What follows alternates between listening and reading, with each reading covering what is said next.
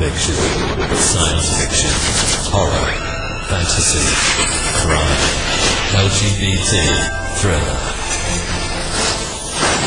You have now entered the House of Mystery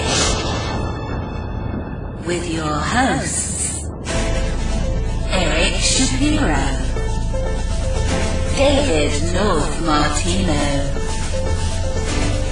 John Copenhaver, and Al Warren. Heard on KCP 106.5 FM Los Angeles, 102.3 FM Riverside, and 105.0 AM Palm Springs. Welcome back into the House of Mystery. I'm Al Warren, and we got Mr. David Rose Martino. Oh, it's back to Rose. Yeah, Rose. Before Christmas, right? You need Yeah. a couple of roses. Poinsettia. Poinsettia. Yeah. Poinsettia? Poinsettia? You ever see how it's spelled, right? It's spelled poinsettia or whatever. Poinsettia. Right? Yeah, look at the spelling. And I always look at it and think, well, that's not poinsettia. That's not how you're spelling it, right? This is my American accent, right? American accent. American. Well, I'm from the Boston area, so you know. Boston. So you'd have poinsettia.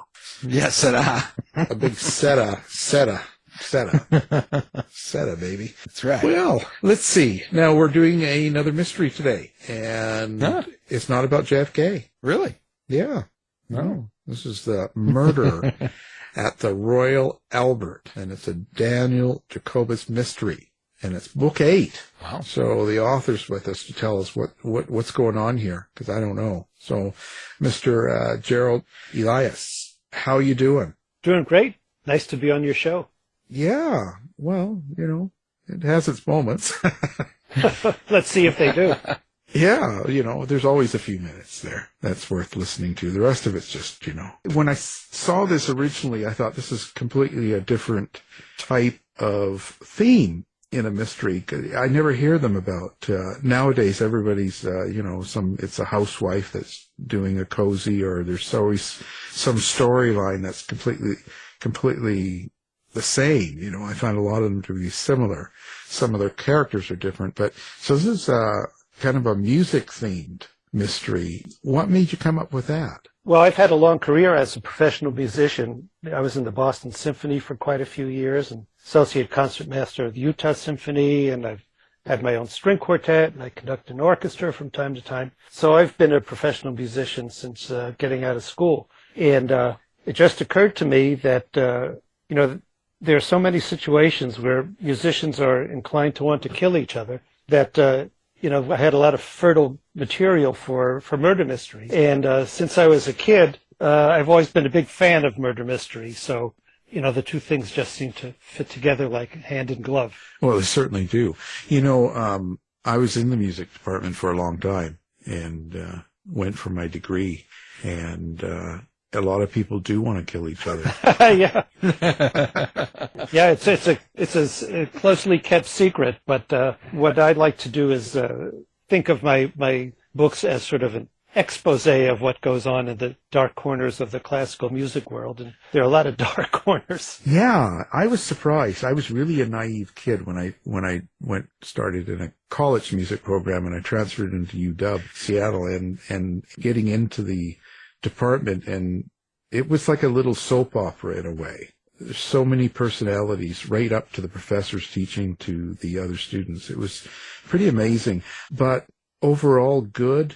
But you being musically inclined and working in the business in the classical world, how do you make it so that the writing isn't above, let's say, a common person that isn't in that world?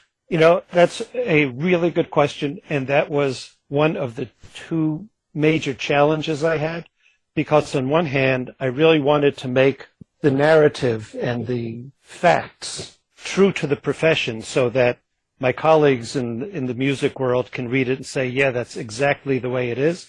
But at the same time, the music world has its own vocabulary, so to speak, and I had to really make sure that it was not only understandable but entertaining to your, standard mystery lover.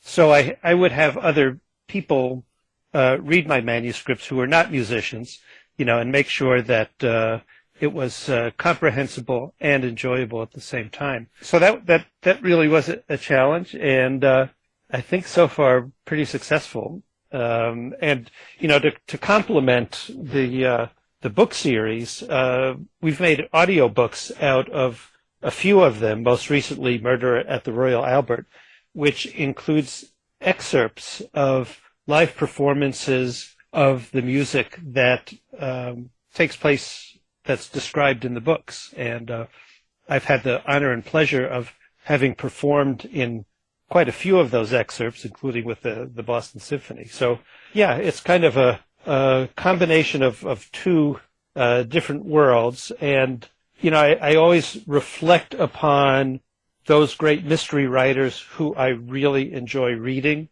who can bring you into a world that you're not familiar with at first, but by the time you finish the book, you feel like, you're part of that neighborhood. And I'm thinking of authors like Walter Mosley or Donna Leon or Dick Francis, things like that. And so anyway, that's a really good question you ask. And I think that's a challenge, not only from my perspective as someone who's trying to blend in the classical music world with fiction and with mystery, but any good mystery writer, I think, has the same kind of challenge.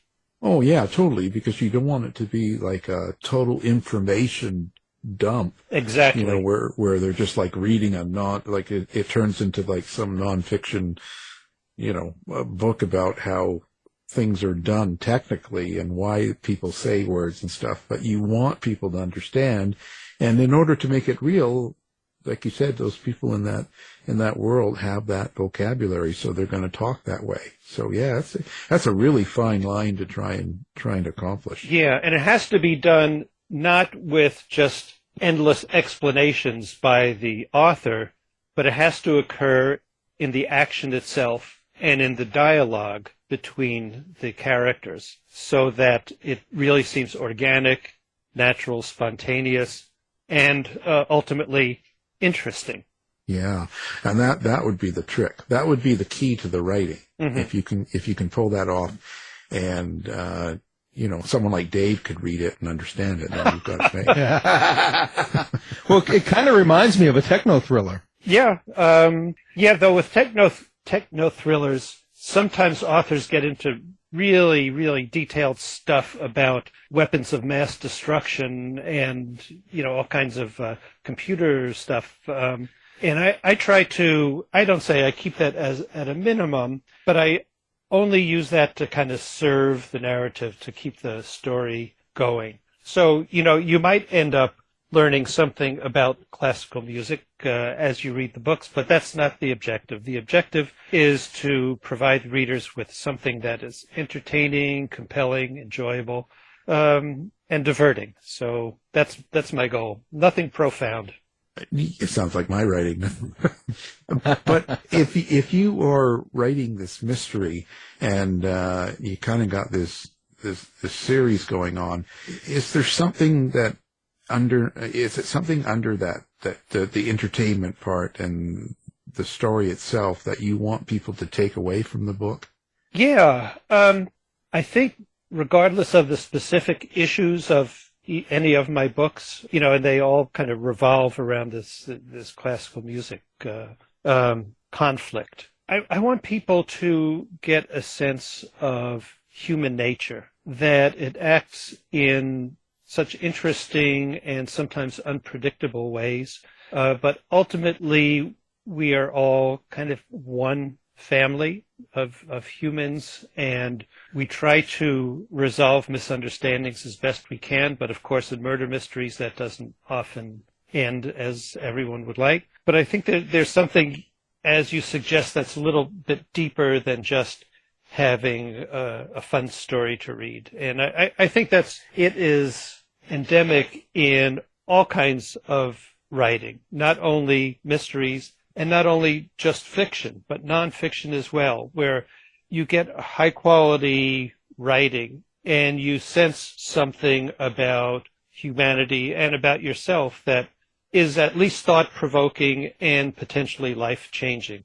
And how did that affect you then? I always say this, especially in fiction writers, because you create the story beginning to end. You develop all the characters, the arcs, what happens to them, how they act and react. And in essence, you're really kind of living through that story as you write it, however long it takes you to write one of the books. And you get to understand something about yourself as well as humans. So what did you learn about yourself in doing a book like this, or even the series so far? Well, let me tell you a little bit about the protagonist in all these books. His name is Daniel Jacobus, and several years ago I was giving a book talk at a bookstore, I think it was in Albuquerque or Tucson, I can't quite remember, and I introduced Jacobus as a curmudgeonly, reclusive, and blind violin teacher, at which point the manager of the store said, "Oh, so Jerry, does that mean it's autobiographical?" at which point, everyone in the audience started chuckling, and before I could reply, he said, "Oh, of course not. You're not blind." So anyway, I've got this main character, and he's undergone three different tragedies in his lifetime. One is that his parents were sent to the extermination camps at Auschwitz. A second was that as a child he was in a violin competition and was sexually abused. And the third was that he lost his sense of sight overnight, and it's called foveo-macular dystrophy, which is, in English, it's sudden blindness syndrome. So he had these three tragedies. Nevertheless, he has maintained a sense of humor, although at times it's kind of sarcastic, bitter humor. He has maintained his sense of integrity and ethics and humanity, even though he's kind of a crusty old fart. And of course, he's an incredible amateur sleuth, so he gets to solve all these mysteries, even though he's dragged into them kicking and screaming by his two friends. But to answer your question, in developing this character, it gave me kind of a different outlook, a different perspective on relationships with other people. Even though Jacobus is totally fictional, I started thinking about how would I feel under certain circumstances? How does one respond to someone who's undergoing something tragic in their own lives? As these books came out one after the other, it kind of gave me a slightly different angle of insight into this one particular character. And as a result, I think, I've grown out of these books as much as the character himself has grown. Now, is it a challenge writing about a blind main character? Because, you're always trying to add touch, taste, smell, and especially sight into the prose. How do you deal with that challenge? You're damn right. It was a challenge. And I mentioned earlier that I had two challenges in writing the books. One was, to be true to the profession at the same time as making it accessible to any reader. The other challenge was creating this blind character. And if I had known what the hell I was doing when I first started writing this series, I might not have made him blind because, as you say, I have to rely on his other senses in order to create the environment around him. But that was a challenge I really relished after a time, because so much of what we read in any kinds of books is visual. It is, what is sitting on the desk, what kind of light there is, what the person looks like who the character is talking to, all kinds of things like that. I found that by opening up my own mind to how we experience what's around us made my writing a lot more creative. As you say, smell, touch, and especially for Jacobus, who is a great musician, hearing kind of took him above the level of everyone else with those senses, so that he was able to solve crimes that were baffling to others because he was so capable. So that was a really great challenge, and I had some help in a way, because I have a very good old dear friend She and I grew up on Long Island together and played in community orchestras and youth orchestras as teenagers. And over the course of her teen years, she started losing her sense of sight. By the time she was in her 20s, she was totally blind. Nevertheless, she continued to play the violin and the viola, not only by herself, but in orchestras and in string quartets. And to this day, she continues to play. She had a career as a high school guidance counselor and was totally unfazed by her blindness. And the way she did it was she would listen to music and memorize it. So she has a library of memorized violin parts in her head. And you ask her to play a symphony or you ask her to play a Beethoven string quartet, and she can do it. So if some of what I have written in my Jacobus series seems far-fetched, it ain't. It can be done. And, I'm very grateful to my friend Myra Ross, who, set a wonderful example, both in terms of being able to do something if you try hard enough and for having the character to do it. Well, how do you experience your characters, and particularly your main character here, Daniel? How do you see that character, and do you hear them? Do you see them? Feel them? Like, what's your relationship like? Well, all the characters in my books are composites of people that I've known and worked with. So even the bad guys, though I don't tell anyone who they're composites of. But for Jacobus, certainly Myra was part of his character.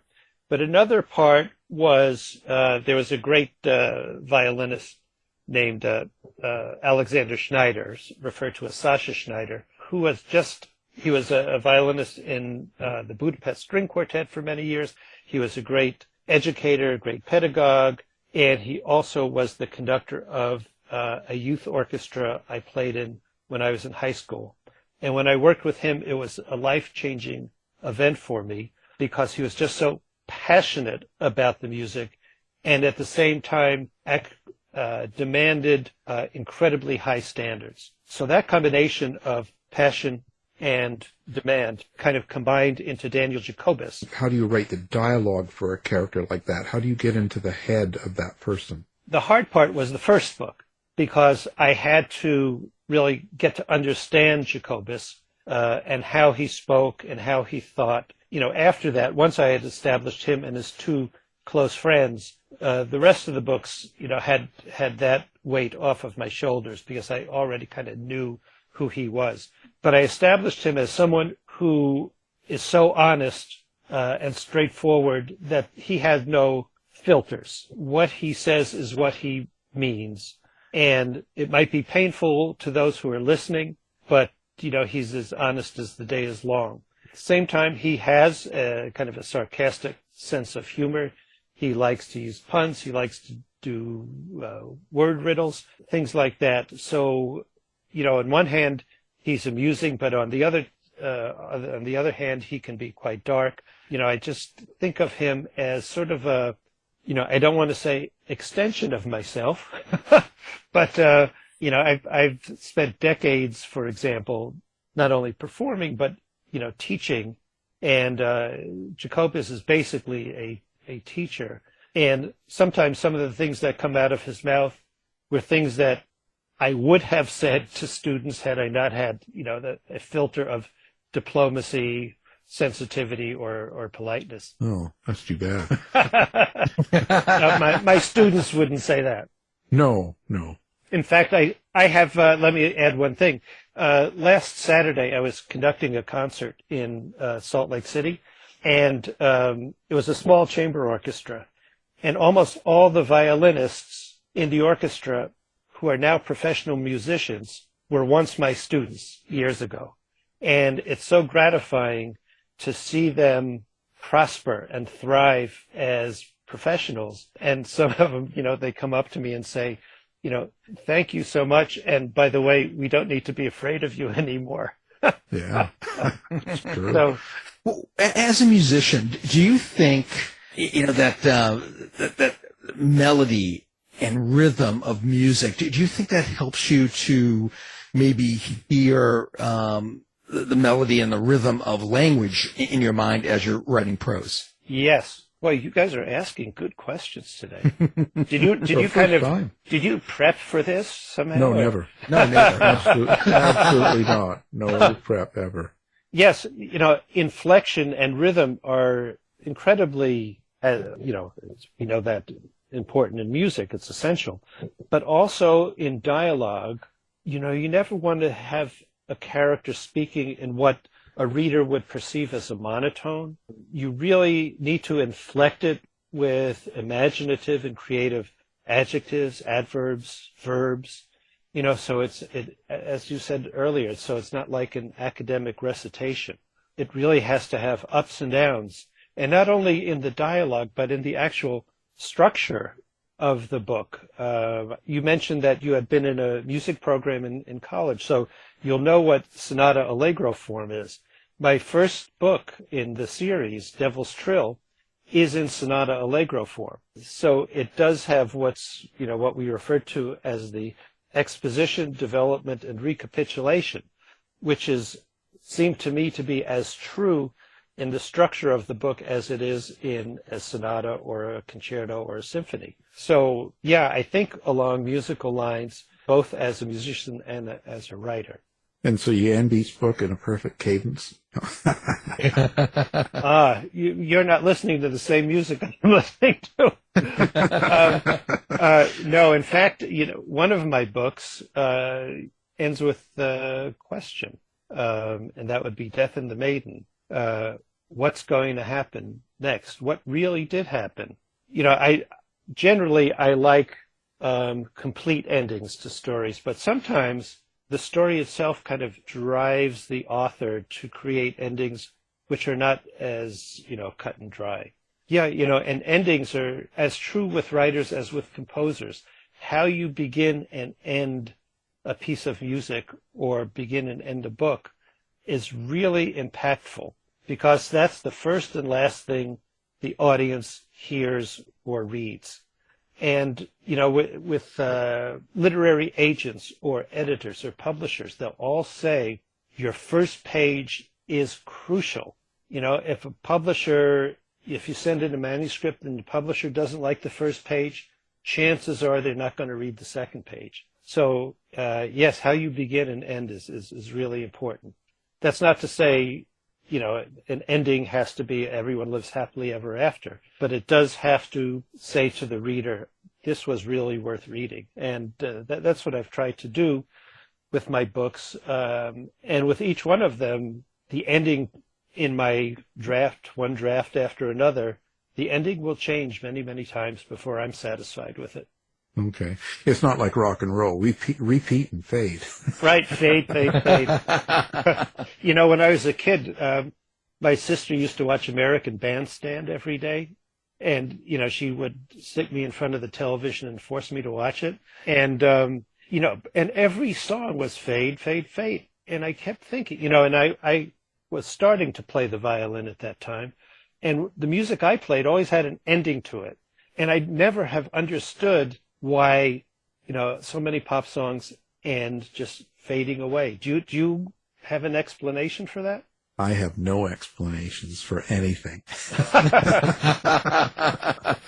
Every year I live longer, I have more questions. Yeah, well, there you go. That's good, too. We just know it had a good beat and you could dance to it. Right? That's the old American Bandstand. But yeah. Speaking of songs fading away, I'd like to tell you a little bit about the new audiobook that just came out for Murder at the Royal Albert, because there is some fading away of the music in that. The idea for that book came when I was playing with the Boston Symphony at Royal Albert Hall in 2015. We were on a concert tour, and we were playing Mahler's Sixth Symphony. Now, I don't know if any of your listeners know Mahler's Sixth Symphony, but it's perhaps the most schizophrenic piece of music ever written. Just it goes from ecstasy to severe depression, back and forth within seconds. And in this symphony, Mahler asked for an instrument that's never used anywhere else. In fact, he invented it. It's a huge hammer, and he wanted, in the last movement, the hammer to be whacked as hard as it could be on a big wooden box so that it would sound like the thud of a huge axe. And these 3 hammer blows were supposedly reflective of 3 tragedies in Mahler's life. Mahler was so superstitious that he was afraid if he used all 3 hammer blows, the 3rd one would signify his own death. So he took it out of the score. So in my book, the orchestra, the audience, even the conductor doesn't know if he's going to want the 3rd hammer blow. And that's a crucial moment in the story. And to complement this, in the audiobook, I was able to get permission from all kinds of music ensembles, including the Boston Symphony, to use excerpts of live performances that are woven into the fabric of the narrative, so that it's not just like, here's your lesson in classical music. It really kind of bubbles up from underneath the reading of the book. And then at that precise moment where the hammer comes down, that's where something happens that I'm not going to tell you what happens because that's the spoiler.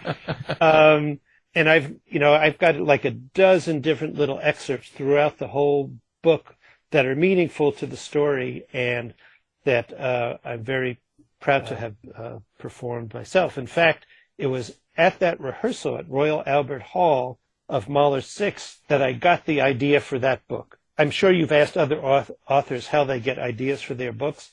I get them in so many ways, we don't have time to talk about it.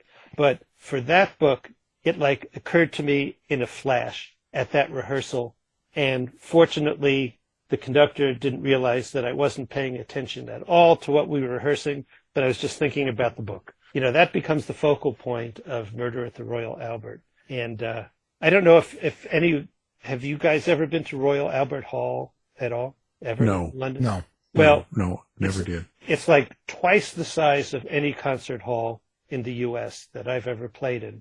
And it's sort of in the shape of a huge wedding cake, and just imagine yourself inside a huge wedding cake and, looking up into the top balcony, which is about a half mile away, and it's totally circular. And unlike concert halls here, the floor of the auditorium has no seats. People stand for the concert. So you'll get 1,500 people crammed together on the floor of this hall. And you've got these balconies that go up to the sky. And you've got these weird lights, coming down from the ceiling. And the orchestra is on these tiers. So we're sort of banked up the side of, a pie wedge of this concert hall. So it's really unlike any kind of place that I've ever played. The combination of that setting and that music that we were playing was just so evocative, and it just, all of a sudden, I don't know if any authors out there get inspiration from a setting like I did for that book, but it really was pretty profound at that moment. Oh, I'm sure. Did you use a hammer too, or did you use an axe and cut someone's head off? You mean in my book? Yeah, for the audio, right? Yeah, well, you will hear the axe coming down. You will hear that. But what happens at that moment, I'm not going to tell you guys. No. You're going to have to read it. Secret. Anyway, it's a terrific audiobook, and I don't really know of any other audiobooks except the 2 others in my series here that combine music and narrative the way this book does. So it's kind of unique, and if you have nothing to do on a rainy afternoon like we often have in Seattle, or you're driving cross country, or you just want to get away from the football game, I think it would be a fun listen. Absolutely. Well, with including the music in the audiobook, I was just curious, was it hard to navigate copyright with the different symphonies, or how did you go about that to include it into the audiobook? First of all, I'll tell you the easy part. Quite a bit of the music are excerpts of performances of either chamber music or solo playing that I've done. So there was no question about copyright for them because it's my stuff, whether it's a string quartet or chamber orchestra or violin piano. But I did request permission from my colleagues in that, and as they like to say in contracts, their permission was not unreasonably withheld. With the Boston Symphony, it was a different issue because there are copyright infringement laws out on the books, and I did not want to infringe upon that. So I was in close communication with the Symphony's artistic administrator, and turns out that I was permitted to use up to 3 minutes of any performance without having to worry about either copyright issues or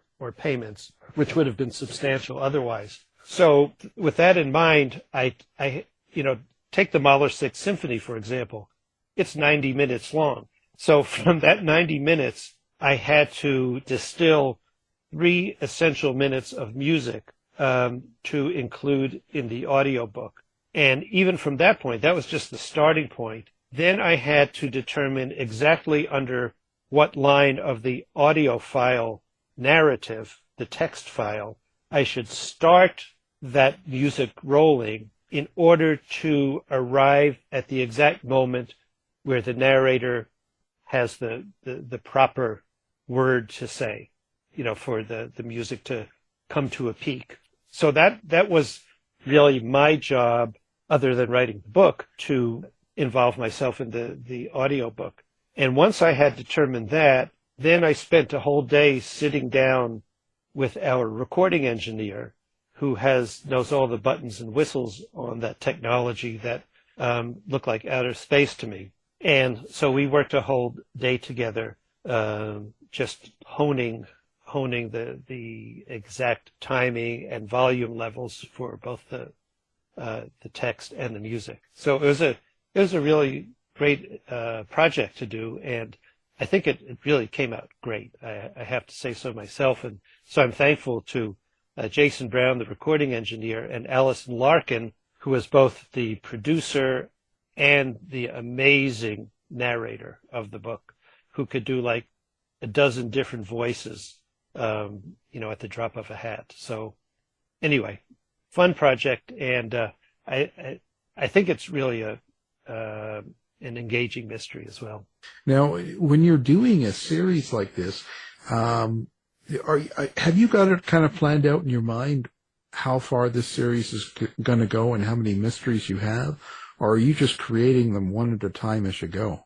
When I first started writing Devil's Trill, which is the first book in the series, it was originally going to be, you won't believe this, it was going to be sort of a method book for violin students. Not only about how to play the violin, but also how to prepare for auditions, how to memorize music, how to deal with performance stress, how to avoid injury playing an instrument. But I figured, that's going to be kind of a boring book. So I wove this story about a stolen Stradivarius from Carnegie Hall about it, and I created this character, Daniel Jacobus. So at first it was like 90% pedagogy and 10% murder mystery.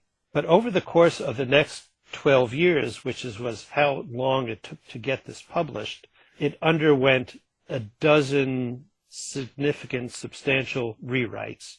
By the time I got done with all the rewrites, it was like now 90% traditional whodunnit and 10%, violin stuff. And finally, after several aborted efforts, my intrepid agent, Josh Getzler, managed to land us a deal with Minotaur Books.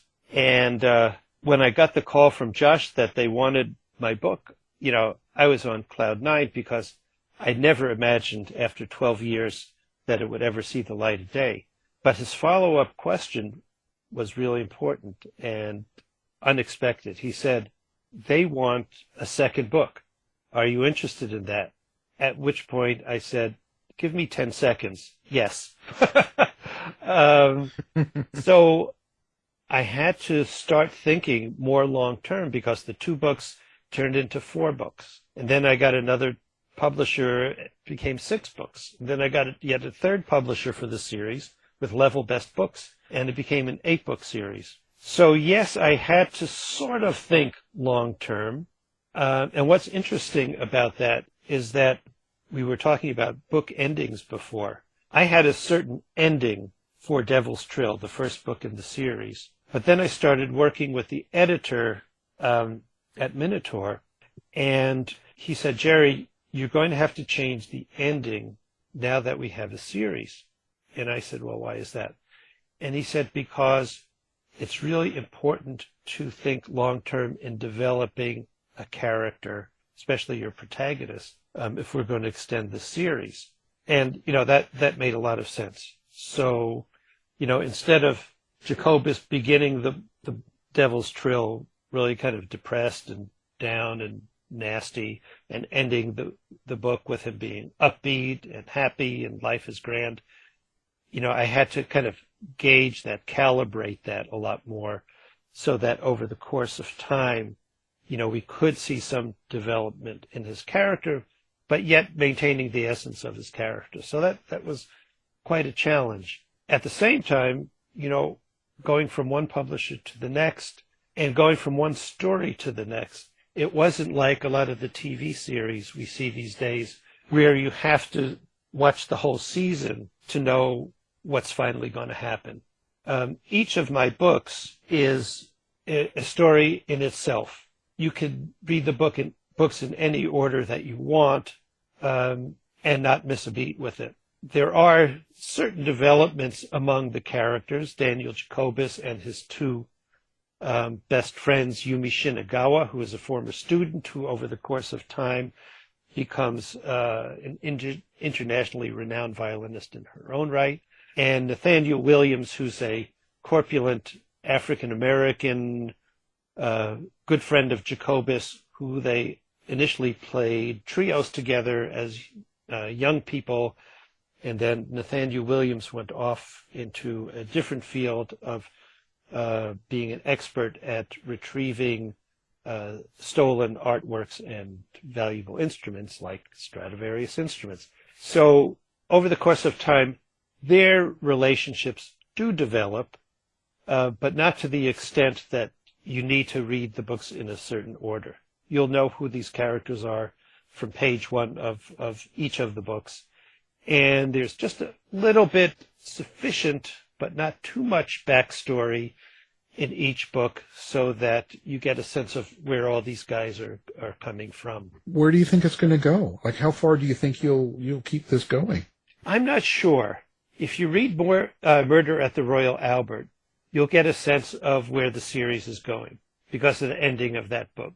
But I have written other books as well that are totally different from the Daniel Jacobus series. I lived in Utah for over 30 years and fell in love with the desert there.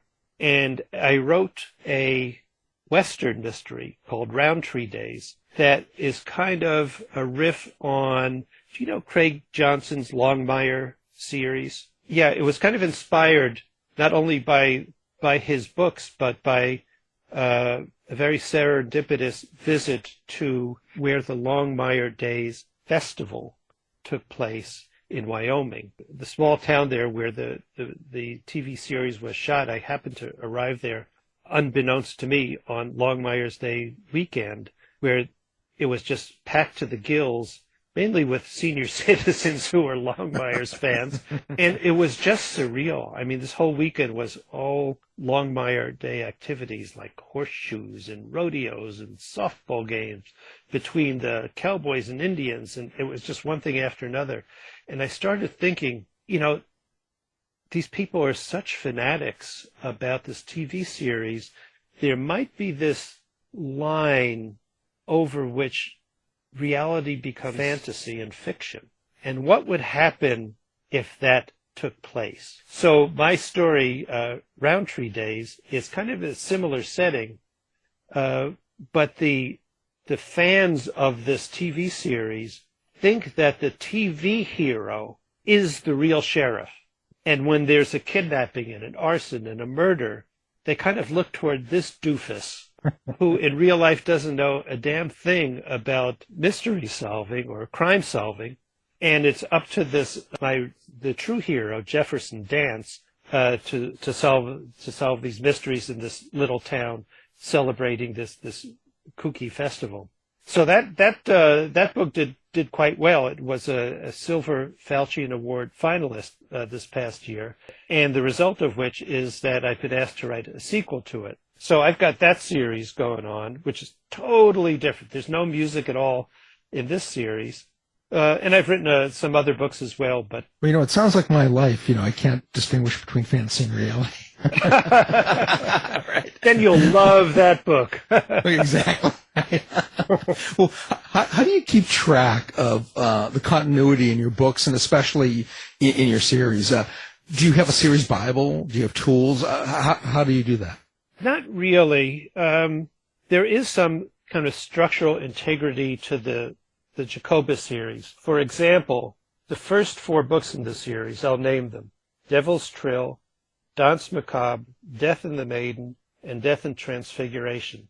Those are all pieces of classical music that have to do with death, and that were all inspired by prior stories. So what I've done with those 4 pieces of music is use them kind of as a template, the music and the stories that preceded them, in order to kind of develop the contemporary mysteries in the Jacobus series. The next 4 books in the series were based upon the beloved series of violin concertos by Antonio Vivaldi called The Four Seasons. I'm sure everyone has heard them, whether it's in a concert hall or in an elevator or in a department store. I mean, we hear his music from the Four Seasons all the time. And what a lot of listeners don't know about the Four Seasons is that those concertos were based upon sonnets that Vivaldi himself wrote about life in the countryside, celebrating the harvest, getting drunk, being oppressed by pestilence, or frozen weather in the winter with ice cracking and slipping on the ice. There's so much musical imagery in those concertos. They're just remarkable pieces of music, even though they're written for a very small orchestra. It's just incredible stuff. So I used the music from the Four Seasons and the stories behind them to create modern metaphors for what the stories from the music told me. For example, in Murder at the Royal Albert, I do use a lot of Vivaldi, both in the print book and in the audio book, because the last movement of Autumn, which is when my book takes place, is about the hunt. And the prey in Vivaldi's music is a hare or a fox, doesn't really say. But in my book, the prey here is a human, and the whole book is about the hunt. It starts out in the same way as Vivaldi's Autumn begins, which is a celebration of the harvest. And you'll see Jacobus in London in one of his rare, happy, contented moods. You almost never see him like that, but it's just like in Vivaldi's concerto. And over the course of time and over the course of the concerto, the music morphs from this celebration into a hunt. And I've tried to do the same thing with my book. So that's how, kind of, to answer your question, how I've structured the whole series in terms of having sort of a basic template for my ideas. Now let's talk about where people find you, like besides a bar or some places like that. Do you have let's see, internet? You have website, social media? Yeah, I have a new super duper website that was designed for me by, as you would guess, a young 20-year-old. And it's called www.mysteriesandmusic.com. And I'm also on Facebook. I'm also on Instagram and LinkedIn. But I have to confess, the social media stuff I try to keep up with, but I am still pretty much stuck in the 20th century. Hate to admit. I'm trying to get there. But I would be happy to have people visit my website, check it out, and I think there's a place you can click if you want to be on my newsletter or if you want to follow me or things like that. So, yeah. And here's one thing. I value communication. I think one of the great things that I hadn't expected about writing books is that I've gotten to know people, both in the book business, in the media, and most of all, doing book events, like going to bookstores or libraries or book clubs. You get to meet the nicest, most interesting people doing stuff like that. So to me, books are about communication, one-to-one, person-to-person. Even in this age of Zoom, there's nothing that beats getting to know people. And, I just feel extremely fortunate that I've lucked out by having these books published. I'm thankful to my publishers, my editors, my agents, and to guys like you who are willing to sit down and talk to me for an hour. I love hearing from readers, even readers who don't like my books. I like hearing from them, and I always respond within 24 hours. I've got a flexible schedule, and I think that's worth its weight in gold, is communicating with people. Well, yeah, and until you get my fans following you, then they're gonna you're not gonna like that so much, but that's all right. Okay, I will refer them to you. No, we give everybody Dave's email address. Yes, exactly. When they're angry, send it to Dave. He likes dealing with that. He's in karate, martial arts, so he's ready. He can handle it. Ready to go. But we'll have everything up on our website so people can find you with one click. That makes it easy. And of course, your book and your website. And I guess you'll be at Left Coast Crimes in Seattle in April. That's the plan. Yep. I'm registered. I will be there. You guys going to be there? Yeah, Terrific. Yeah. It's the first show I'll be at since COVID. I've been hiding. So, yeah. Haven't we all? Well, for the most part, yeah. Yeah, well... I don't care for people very much anyway, so... You're just like Jacobus. Yeah. You're going to love that guy. Yeah, I'm a nasty old guy. I sit with my dog and complain about people. No. Well, but you're not blind, right? Well, not quite. By the way, Jacobus does have a big, ugly, old, stupid bulldog named Trotsky. And the reason they named him Trotsky is that he's so big he can't run ski. Sorry. Yeah, don't get into the comedy writing. How's that? Okay, well you can delete that out of the. No, that'll be like one of the features. Oh, yeah. That'll be part of the ad. That'll be the ad. Listen to this show. Right? Boy. Yeah, you'll get a lot of listeners that way. Yeah, they'll be boycotting like crazy. But the anger is good. We like anger. Well, anyway, so now the book, Murder at the Royal Albert, and it's a Daniel Jacobus mystery, and our guest, Gerald Elias. Thank you for being here. It has been my absolute pleasure. Thank you so much. Thanks, Jerry. You've been listening to the House of Mystery radio show. To find out more about our guests, hosts, or shows, go to www.houseofmystery.com. Show's over for now. Was it as good for you as it was for me? Yeah. Good night. This has been a production of Something Weird Media. I'll be back.